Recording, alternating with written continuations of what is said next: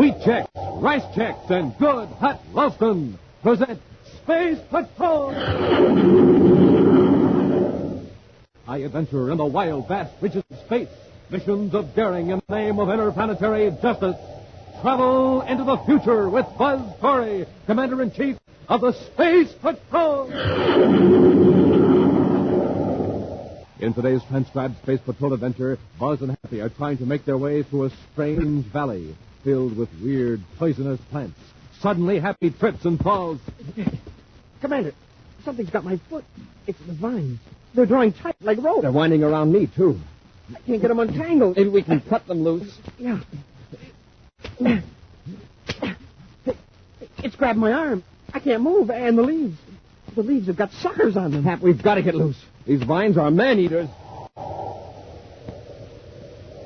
We'll return in just a moment with today's exciting Space Patrol adventure, The Valley of Dread.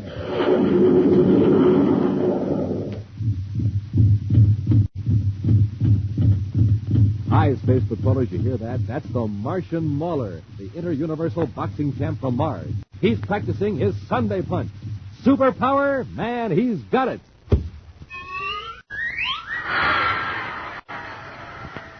Wow, that's the Terra State All-Star halfback, kicking that ball right over the goalpost of Terra City Stadium. Superpower? He's got it, too. The gang, to pack a Sunday punch like the Mauler, to kick a ball for extra punch like a football star, it takes lots of training and practicing. But one thing for sure, they both had their bite-sized checks today. Now, how about you? Did you start off your day with a big bowl full of rice checks or wheat checks? Delicious? Mmm. Terrific tasting? You bet. Right down to the very last crisp bite. And no other cereal, flaked or puffed, gives you so much nourishment in such concentrated bite-sized form. Yes, sir, gang. You're right up there on the ball, ready for anything when you start off your day with rice checks or wheat checks. So for a super-powered punch like this, and a super-powered kick like this, start your day the bite-sized Chex way. Rice Chex, wheat Chex.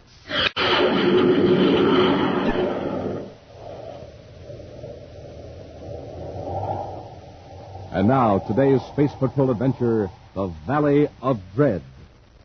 Far out beyond the orbit of Pluto, a giant Space Patrol construction ship hovers in space. Scores of engineers and skilled workmen in spacesuits swarm over a nearby object that appears to be a meteor. As they work with grim haste, a Space Patrol officer inside the construction ship tensely watches a bank of viewscope screens focused in the direction of Planet X, remote planetary stronghold of the ruthless Prince Baccarati.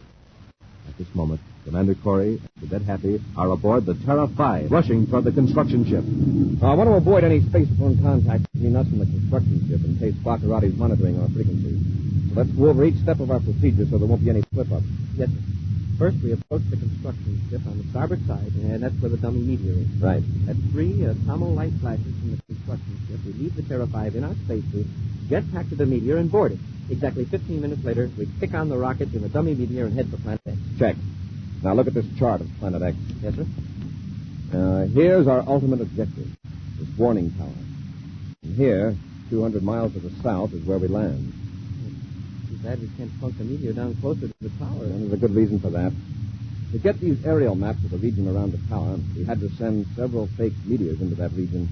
Baccarati might wonder why meteors had a preference for that particular section of the planet. Yeah, but none of our meteors landed.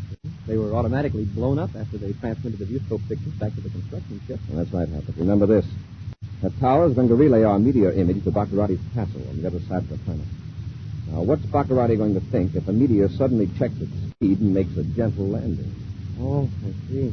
Yeah, he'll know there's a spaceship inside the meteor shell. Exactly. But by landing far away from the tower, we'll be below the horizon, and we can cut on our landing rockets in time to avoid a crash. But with that small amphibious tank we'll be carrying in the fake meteor, it won't take us long to reach the tower and put it out of commission. Then we space patrol on our ship. They zoom in and rescue those 130 men from Baccarati's work camp east of the tower. It's our job to put that tower out of business. Otherwise, the rescue ships will be wiped out before they get near Planet X. All right, Happy. Get our spacesuits out of the locker, and we'll be alongside the construction ship in 3 minutes.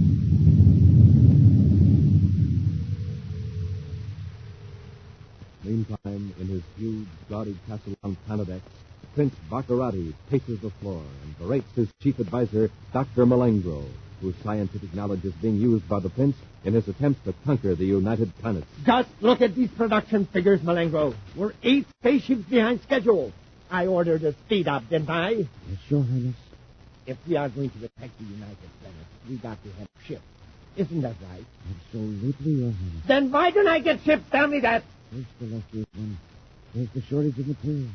We can't make endurium for the ships unless we have Arctite. And as you know, Arctite is very difficult to obtain here. Excuses. I don't want excuses. I want results. Ships, weapons. I want to drive Commander Corey out of the universe. If I may remind you, Your Highness, the responsibility for obtaining Arctite is in the hands of Captain Decker. I'm aware of that. I sent for Decker. He should be here shortly. But I thought he was supervising operations at the Arctite mines near the Valley of Dread. I ordered him back to the castle. Yes? Oh, that's you, Decker. I eagerly await your command, noble prince. My ship factory is complaining of the shortage of Arctite.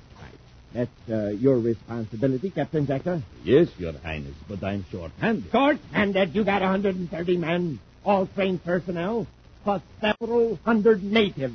Only half of them are able to work. The climate in that part of the planet is very bad, your highness. Most of the men are down with fever. Suppose we took some other planet studies. The natives are standing up fairly well with a little encouragement from a lash. Well, then use the lash on the others. Keep driving them. Yes, your highness. Oh, incidentally, I have an object here that might be of interest to you. One of the natives found it near the mining area. A piece of rock? Why would I be interested in that? Obviously, it's only a fragment of meteor. That's what I thought at first, till I turned it over. You'll notice that the opposite side is smooth and slightly curved. It looks like metal. Processed metal. Exactly. We've noticed a few meteors exploding high in the atmosphere recently. This one apparently was hollow. Hollow meteor? That's impossible. This is obviously part of a constructed object. A bomb, perhaps? The Space Patrol may be bombarding your planet, Your Highness. Why would they bombard that region? I tell you what it is. This is a fragment of a robot spy. Corey's sending instruments into our atmosphere inside space meteors. He's mapping the planet. Captain Decker, there must be more of these fragments out there. Possibly, but they'd be very difficult to find. Well, then send the natives out to search the entire area. Captain, I'm going back to the Arctite mines with you. Very good, sir. My atmosphere ship is ready. Malengo, you're in charge here while I'm gone.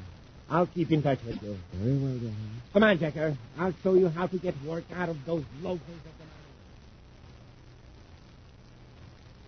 mine. Far out in space, an object that appears to be a meteor hurtles in free fall toward Planet X. But beneath the jagged surface of the object is a compact, specially designed spaceship. Cramped in the control compartment, Buzz and Happy watch the round planet loom ever larger. It seems to rush toward them at constantly increasing speed. The two space patrolmen wait tensely, watching the instrument panel as the needle creeps toward a red line on the dial. A few more seconds, Happy. Yes, sir. What's that red light that just flashed? It means that the outer surface of the ship is being heated to incandescence. Oh, friction of the air. We're in the atmosphere of Planet X. By the time we cut on our retarding rockets, we'll be making quite a flash in the sky. The acceleration will be terrific, Hap. We'll probably black out, but don't worry, the landing will be automatic. Stand by to fire rockets. Standing by, sir. 10 seconds. 9, 8, 7, 6, 5, 4, 3, ready, fire rockets. They're taking hold. Looks like we're going to make it.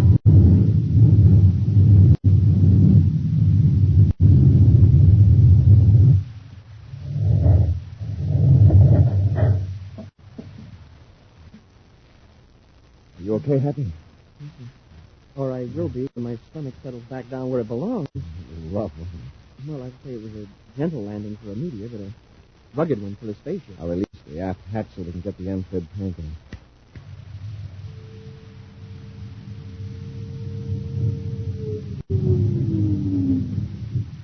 All right. Let's go back back aft and get into the tank.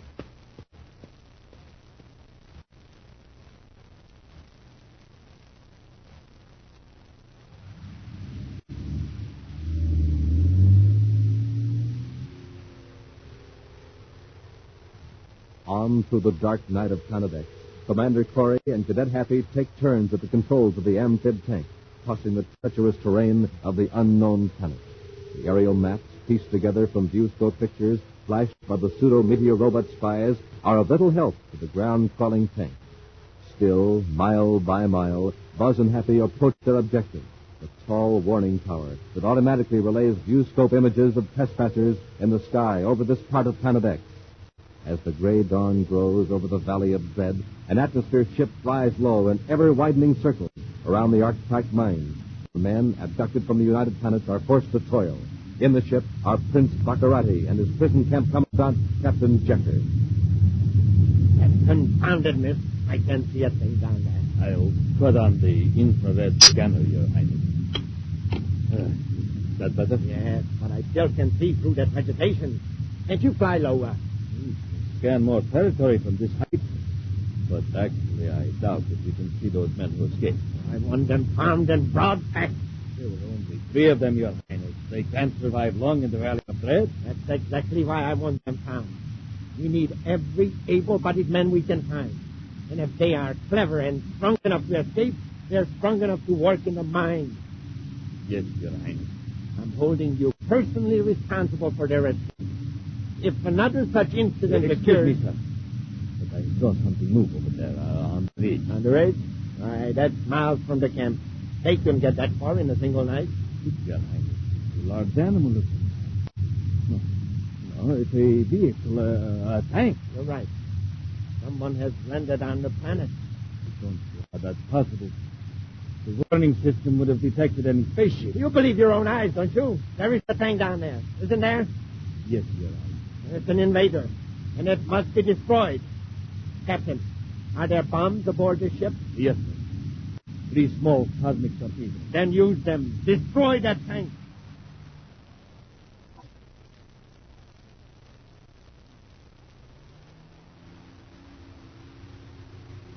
It isn't much farther, Commander. I can see the warning tower from here. The first chance we get, work down into the valley. One of the low probe beams from that tower might pick up a moving object as large as this tank.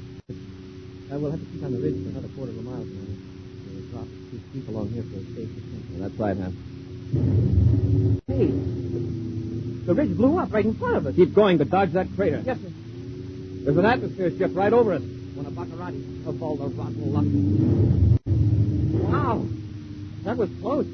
Hold it, Hap. Hold it on the ridge. You're slipping over the edge. The dirt's giving away from under us, Commander. I can't control it. We're going over.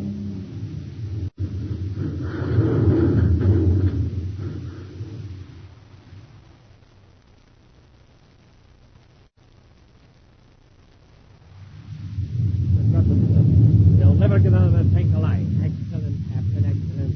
And if the crash doesn't finish, then we can count on some able assistance from who, Your Highness? The creatures that inhabit the Valley of Dread.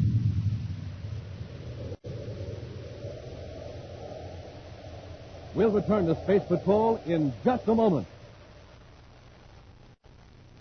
Gang, here's a report on America's ready-for-anything jet plane, the most heavily armed fighter interceptor in the U.S., the Air Force Scorpion F-89D, produced by Northrop Aircraft, Hawthorne, California. And in just one moment, you'll hear from Bob Love, test pilot on the Scorpion. Hear that? That's music to Bob Love. It's the roar of the Scorpion as he prepares to take it up. He snaps a salute from the cockpit.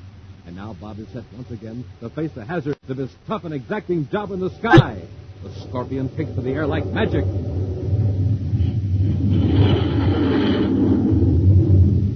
It's a giant ship, a monster bird of the sky, weighing 20 tons, with a length of 53 feet, a wingspan of 56. And what a fighter! Giant pods on the wingtips carry a terrific barrage of rocket firepower. Speed of the Scorpion,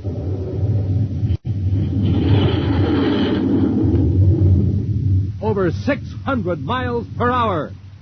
Gang, I wish you were here to see how Bob Love strides across the airfield after a grueling test flight.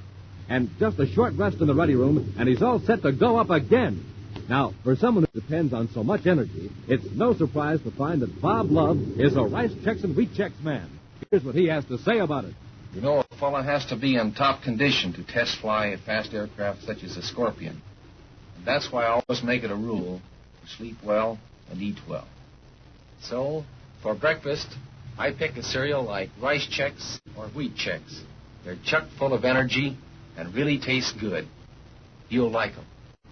Gang, pick your cereals the way Bob Love and countless other rugged test pilots do. Pick a cereal loaded with energy, loaded with flavor. Rice Chex, Wheat Chex. No other cereal, puffed or flaked, contains so much nourishment in such concentrated bite-sized form.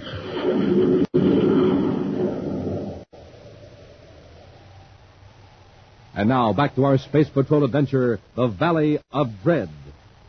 A system of warning towers on Planet X enables Prince Baccarati to detect the approach of spaceships.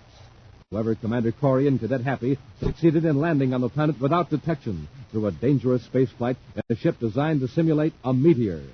Boarding an amphib tank carried in the ship, they headed for the warning tower to destroy it.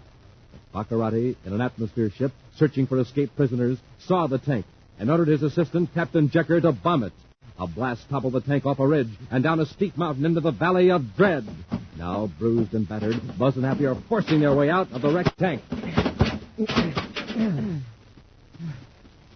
Any bones broken, Hap? No, sir. How about you? Well, I'm able to move around.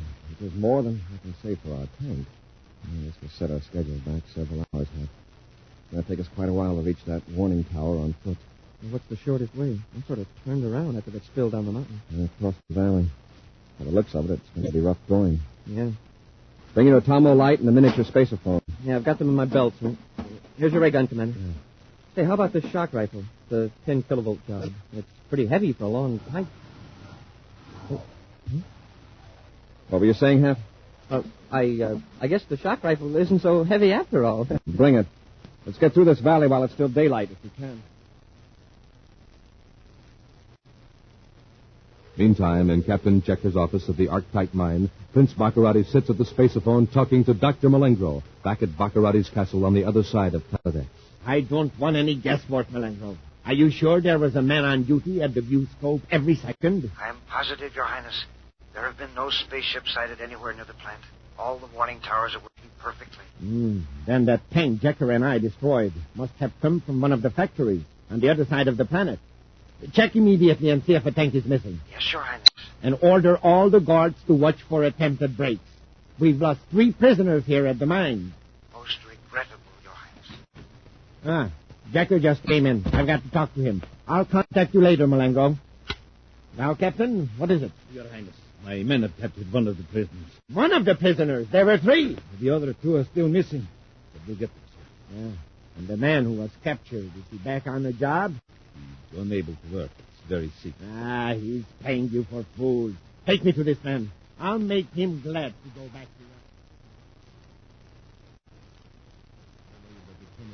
Buzz and Happy make their way across the Valley of Dread, hacking their way through tangled vines, brushing against plants whose spore pods burst, filling the air with a choking, evil-smelling dust.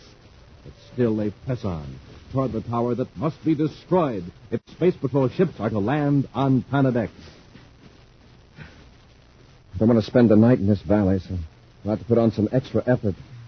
Suits me. Uh-oh. Is that a hallucination? Or is it an animal? If we both see it, it's no hallucination. Stand perfectly still. Where did it come from? What is it? Whatever it is, it could swallow both of us in one mouth. Jaws like an alligator and a body like a tiger. With a shock rifle, I think it's going to charge. Here, sir. Here he comes. You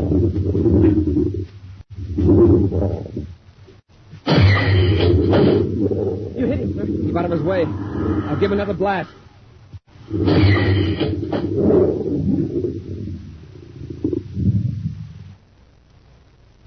Wow.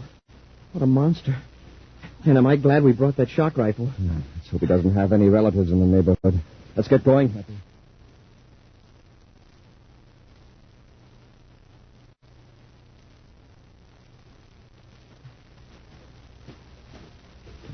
Commander, Yes, Hap. how much farther do we have to go? I think we're nearly out of the valley. I can get an occasional glimpse of the tower up on top of the peak.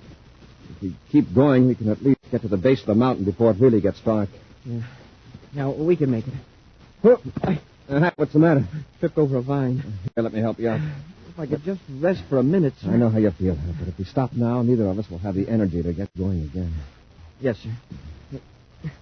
Hey, something's got my foot, sir. The vines. Hey, Commander, they're drawing tight, like ropes. Winding around me, too. I can't get them untangled. Maybe we can cut them loose. Yeah. Commander, grab my arm. The vine is winding around my arm. Hap, these vines are man-eaters. The harder I pull, the tighter they get. We've come through vines like this all afternoon. They never grabbed us. It's so dark now, I can't see to get you loose. Wait till I get my atomo light. Commander, they're winding around you, too. Watch out for those leaves. They've got suckers on them. We've got to work fast. Now, let's see how that vine has got you trapped. It's relaxing now. It's loosening its hold. I can see now. The leaves are shriveling up in the light. The light. That's what's doing it. Hey, my legs are free. These plants are active at night. The light makes them dormant. See, they're letting go of me now when I turn the light on. Smoking rockets, that's right. Use your atomo light, too, Hap. The beams will clear a path for us. Hey, it works, sir. They're drawing back and going limp. If we can keep up this pace, we'll be out of the valley in an hour. Hours later, at the Arctite mine headquarters, Prince Baccarati is aroused from sleep by the persistent warning signal on the spaceophone receiver. Stumbling to the transmitter, he irritably turns it on, scowling at the still sleeping Captain Jecker. This is Dr. Malenko. Yes, Malengo, I know. What is it? The warning tower near the mine, it's dead. Dead? What do you mean, dead? It must have gone wrong. It's not sending out any signals. No, all clear, nothing. What? About the other tower? Everything's all right with the towers on this side of the planet? All right, Malengo. I'll send a crew over to check the trouble. The escaped prisoners. I beg your pardon, Your Highness. Those men that got away, they made it to the tower. And there's a spaceophone there. But, Your Highness, it's not powerful enough to reach any of the United Planets. I know that, but perhaps they don't know it. They'll keep sending messages. Jacker and I can sneak up on them and grab them before they know what's happening. Jacker, wake up. Get to your ship. We're blasting off for the warning tower. I found your escaped prisoner. And at the base of the tall warning tower, Buzz and Happy look down at the morning mists that swirl across the Valley of Dread. Occasionally, they glance up at the sky, peering expectantly for the Space Patrol ships they hope will soon be landing on Planet X. Couldn't they be here by now, sir? Very soon, Happy, if they heard our signal. Maybe we ought to send it again, just in case. No. By now, Baccarati must know that the tower's out of commission. He probably figures it's a mechanical failure. If he hears any strange signal, he'll know he can expect an attack. Yeah, that's right. And our code signal was so brief that Prince's men couldn't have heard it unless they were waiting for it. Yes, and remember, our men were waiting for it. Weak as it was strong enough to reach the construction ship and the patrol squadron. Yeah. Commander, I hear a spaceship. They're coming. It's not a spaceship, Happy. It's an atmosphere ship. It's coming toward the tower, not the mining camp. Hey, that's right. Probably a repair crew sent by Baccarati. Keep back out of sight.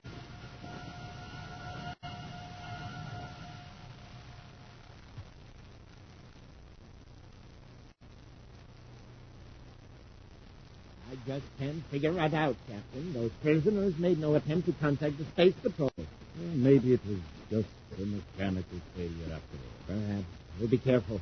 The entrance to the tower is right around the corner. All right, Happy. Your Highness, watch out! Hold it, Baccarati. Get the other one, Hap. All right, Stop struggling, Baccarati, or you'll have a mighty sore arm. Stop it, Corey. I've got the other one, Commander. This isn't going to do you any good, Corey. You can't get off this planet without one of my ships, and my men can keep yours from landing. Then they'd better get busy. Hear that, Baccarati? Spaceship. Right. A Space Patrol squadron. We're going to pick up those 130 men you've been holding prisoner out here. My gourds will never let you take them. Your Space Patrol men can't attack without endangering the prisoners. He's right, sir. The risk we had to take, Happy. We counted on the suddenness of the attack to overcome resistance. I got 6 men guarding that camp. Your attack isn't going to accomplish a thing, Corey. Just to make sure, Baccarati, call the camp and order your men to surrender. Use this miniature spaceophone. Tell them you're captured. All right, Commander. Go ahead, Baccarati. It's on. Prince Baccarati calling Arctite mine headquarters.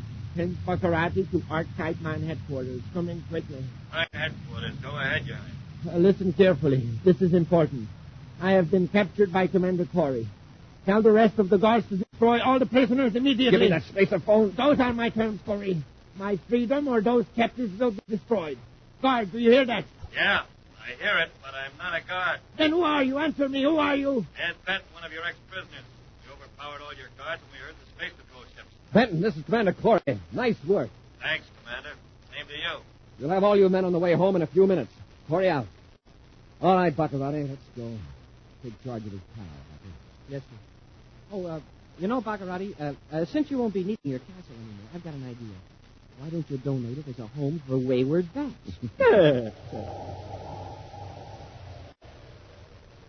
A preview of next week's exciting Space Patrol adventure in just a moment. Say, Space Patrollers, listen to what happened the day Jimmy Brown skipped his power breakfast. Right away, things started looking mighty black.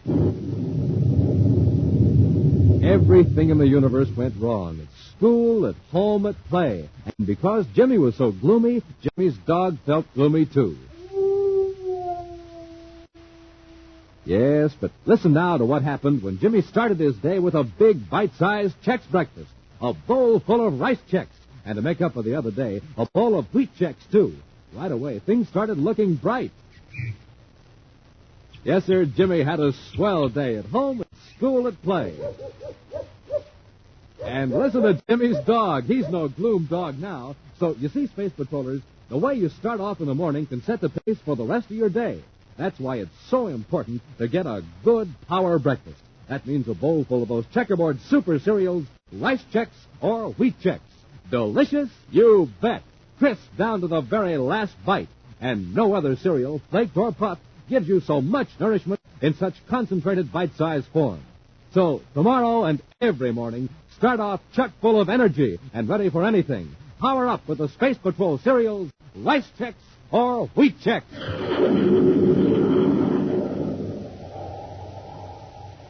And now, a preview of next week's exciting Space Patrol adventure. Buzz and Happy are bound securely in a robot ship headed toward Terra and controlled by Prince Baccarati from his castle on Planet X. I can't move, sir.